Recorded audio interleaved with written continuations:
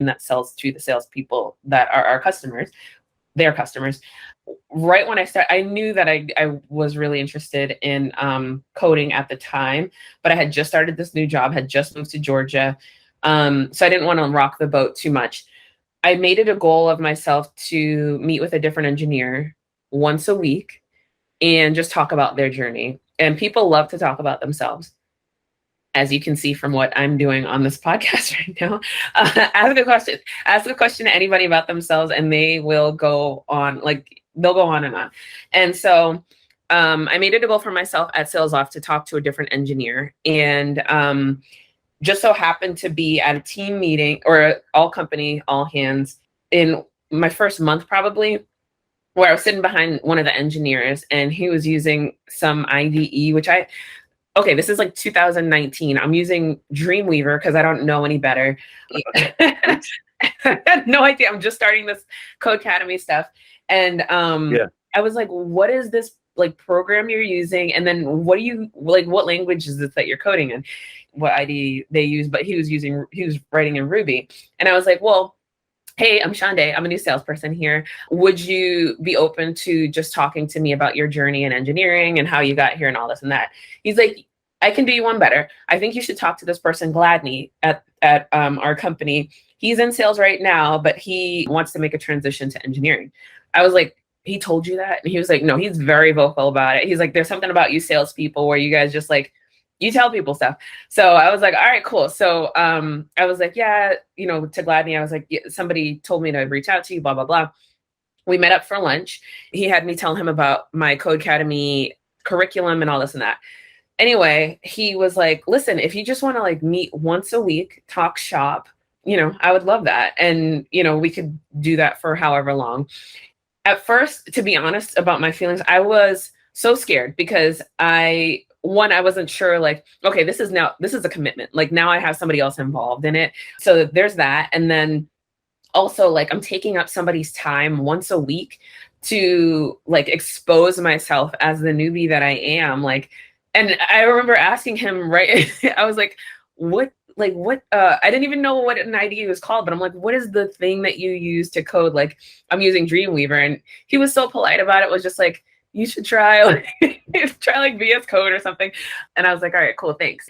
Anyway, I didn't set up the meeting. I bumped into him in the hallway like a couple days later. He's like, set up that meeting. And so one thing that I want to encourage people to do is not be afraid to, if somebody's offering you help, don't be afraid to take it. And we met once a week, every week, and he became my mentor, like unofficially. I never popped the question or anything like that, but we met for over a year to maybe just a year. Sounds to talk like a wedding proposal. Right. We never did that though. So, but it was so great because on top of working to build those technical skills through Codecademy, I was engaging with somebody who could tell me, okay, yeah, I know that classes and stuff, it's not that fun to learn in JavaScript, but you're going to learn hooks next, and then it's going to be really fun. I think this is great for you to learn, but you're never going to use that. Get excited about this because it's going to get easier when you learn React. Or don't really worry about this part because you're never going to use it when you become an engineer here. And he also was like an advocate for me within the company and would be like, oh, like he literally bumped into our CTO in the elevator and was like, Shaundai is going to be the next junior at this company. So he was like an advocate, a mentor. So that was a really big part of my journey, was being able to find somebody whose skills aligned with, whose ideas and passions aligned with mine, and be able to work with him and learn from him. He was still a salesperson when we first started working together. He wasn't like some big engineer somewhere or anything like that. He was just like a couple steps ahead of me. But it was just so great for so many different reasons. I can't agree with that more. I think having a mentor, finding somebody who you can just sit there and ask questions to and be vulnerable with, but not feel vulnerable, if that makes sense. Yes. It's so important. And I cannot agree with that anymore. And it's hard. It's hard to like reach out and find somebody who, like you said, is willing to give their time freely and just to sit down with you for nothing in return. I just think that's so amazing when people do that, but I cannot recommend it more, because that to me was what made all the difference. And it sounds like it did for you too, where just having that person that could help you and coach you and encourage you, right? Like when things get hard, but to have them be like, you know what, we've all gone through that same thing, and you're not dumb, you're not stupid, we've all felt it, we get it, and keep going because it'll get easier. So I for sure agree with what you're saying. Yeah, definitely. So yeah, that was so helpful. And I attribute that, like, at least find somebody to hold you accountable. It doesn't have to be one specific mentor. You can have multiple mentors for multiple areas of things. And you can even be like a stealth mentee and find your mentorship from people on Twitter. Like, there are a lot of people like myself who don't have time to dedicate to meeting with somebody, or more than one person once a week, but they try to expand their reach by posting blog posts or making videos or courses and things like that. So find those people, latch on in whichever area it's the most helpful to you, and be their like undercover mentee. So that was one big thing. And then also, like, going back to the sales skills, I wanted to build a network, and my intention was not to like have a bunch of superficial conversations like, hey, my name's Shaundai, would you mind having a coffee chat, or anything like that. What my goal was to do whatever it takes so that if two engineers bumped into each other and my name came up, I wanted everybody to know me, and I wanted everybody to know me and recognize me as the next thing, like the next engineer at this company, the next person that you need to talk to whenever your job, a job opens up. And that's exactly what happened. So like, I met with everybody, not everybody, I met with a lot of people at SalesLoft, all engineers. And it would start out with like a coffee chat, but I would mention in the invitation, like, I just want to know about your journey. Like, I'm interested in learning more about coding. I just want to hear more about like you and your journey. And, I'll invite you out for coffee. We had that Slack donut. I don't know if you all are familiar, but like, there's this donut thing that pairs you with other people at your company and like sets up these donut meetings where it's like, go out for coffee. I would only set up coffee meetings with other engineers. Like, if I was paired with a salesperson, I'd be like, nah, I'm not doing it this week.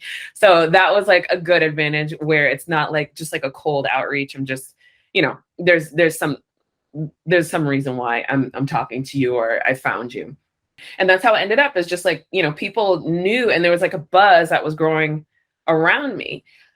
Even after I became an engineer, after I, moved into being a junior, I wanted to do the same thing on a broader scale. And I think that was what got me visibility in the into like Netflix and like other companies. And so when I announced my departure from SalesLoft, I already had the position at Netflix. I just said like, oh, this is goodbye at SalesLoft, blah, blah, blah. So many people reached out to me, VPs at this company, VPs at that company, companies that I really respected, because I had done the same thing. And the way that I did it was I said yes to everything. Like, I took opportunities to speak. And I want to say this from the perspective of a Black woman, a woman in like several underrepresented groups. There's a serious lack of diversity in a lot of places, which means that there's a lot of opportunity. If you're a Black person, if you're a woman, if you're part of an underrepresented group, to speak one time, put yourself out there. And then everybody starts looking for you, like, oh, well, who's a Black woman that that speaks about JavaScript? Hey, guess what? Yes, I will fly to Belgium. Yes, I will fly to the Netherlands. Yes, I will do this. Yes, I will do that. And then people start to recognize you as not just like, oh, a Black woman who can speak, a Black woman who knows JavaScript. It's like, no, this woman is, good for you, Shaundai. She's smart. Like, she knows what she's doing. she can do this. She can do that. And they stop seeing you, not everybody, but like, they stop seeing you as like the diversity, person. Like, it's you let that open the door for you. And then you use this as your opportunity to start building your network or getting more visibility and letting people see you. So that could be in the form of blog posts, that could be in the form of conference talks, meetup talks, any podcasts and things like that. Any opportunity to get in front of people or get your work in front of as many eyes as possible. I say take it. Say yes to things as much as bandwidth allows, and then let the opportunities roll in from there.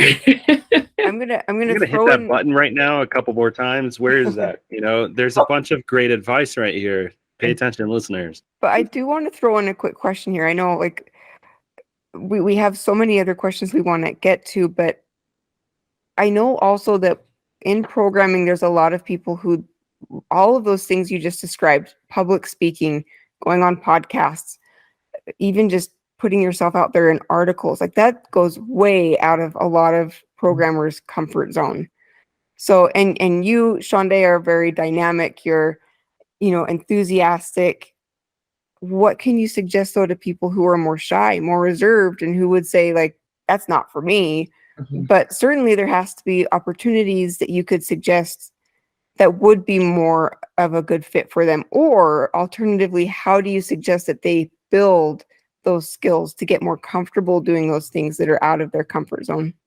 Yeah, that's a really good question. And I'll say, and I don't think it means that much. I'm going to say it anyway, but I think I'm an ambivert. Like I want to say I'm introverted. Like if, for example, if I'm going for a jog outside and I see a neighbor that's outside, I'll turn around and I'll run the opposite direction because I don't want to say hi. Like I'm that shy. But like I I like to be prepared.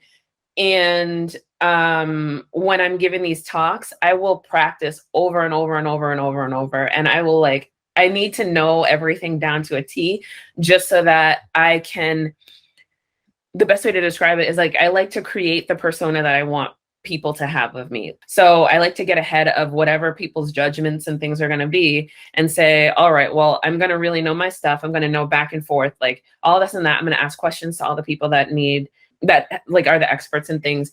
I'll do my research and then I'll just mentally close my eyes and just do it.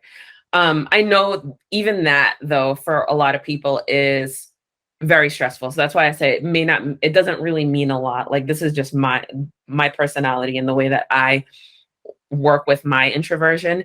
For some people, even just the thought of like just doing a period is going to cause you to like black out. So I would say there are opportunities, like it doesn't have to be speaking. It could be writing a blog post, and that might be your way of getting things out there. And in fact, I know that a blog post was the first entry into conference speaking for me in engineering.